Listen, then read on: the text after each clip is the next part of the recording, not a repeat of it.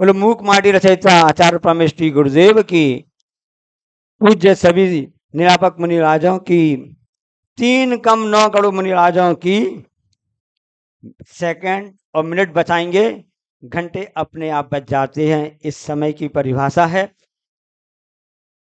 आचार्य श्री को घी लगाने के लिए गए, एक बार की बात है।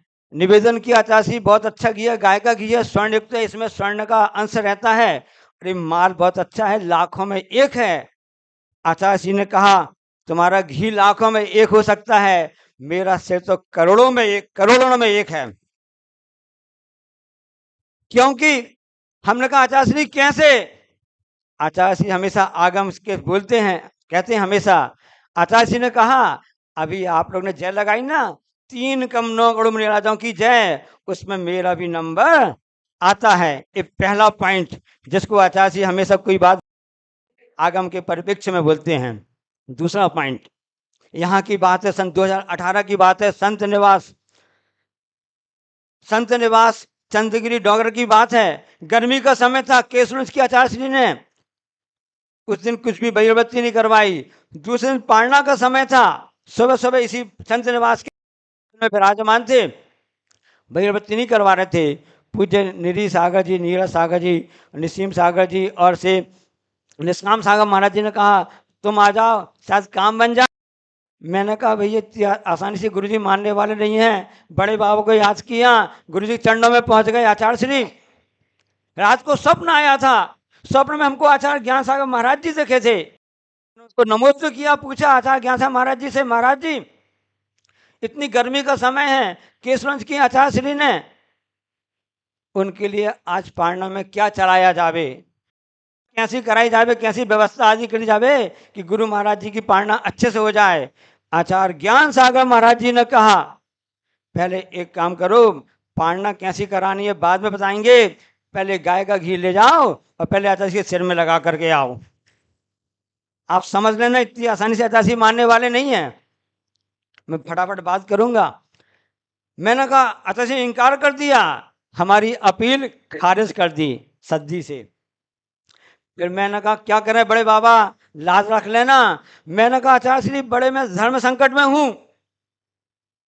एक तरफ आचार्य ज्ञान सागर महाराज जी कह रहे हैं कि सिर में घी लगाओ, और एक तरफ आप विराजमान आचार्य आप कह रहे हैं घी मत लगाओ। मैं आपकी बात मानूं कि आचार्य ज्ञान सागर महाराज जी की बात मानूं?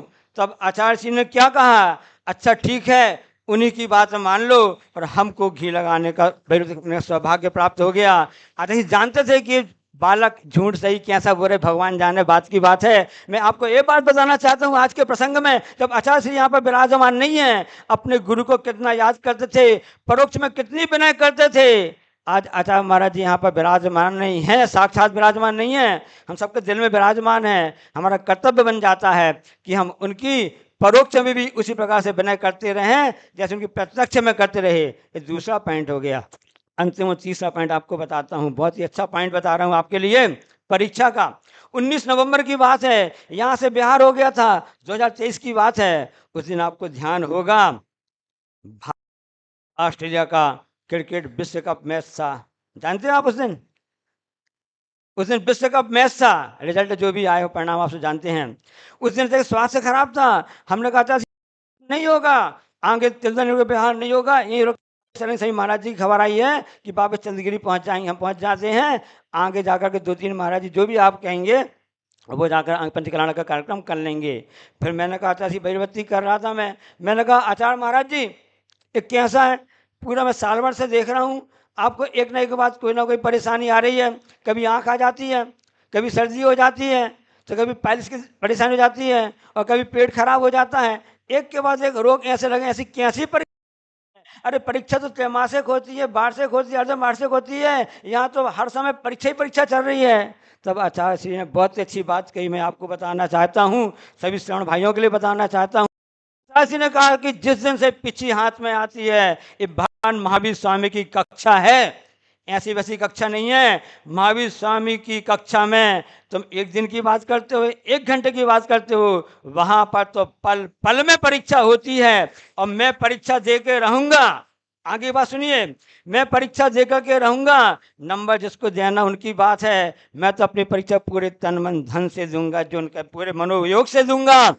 और सब जानते हैं 18-17 तारीख की बात है कि आचार्य श्री ने जो 19 नवंबर को कहा था कि मैं परीक्षा दूंगा और पूरे नंबर लेके रहूंगा, क्योंकि सही परीक्षार्थी वही है वो नंबर को ध्यान देता है, तो अपने कर्तव्य को देखता है। ऐसे आचार्य महाराज जी कर्तव्यनिष्ठ थे और इस तरह से उन्होंने अपनी साधना को पूर्ण करके उस पूरे नंबर को प्राप्त किया है।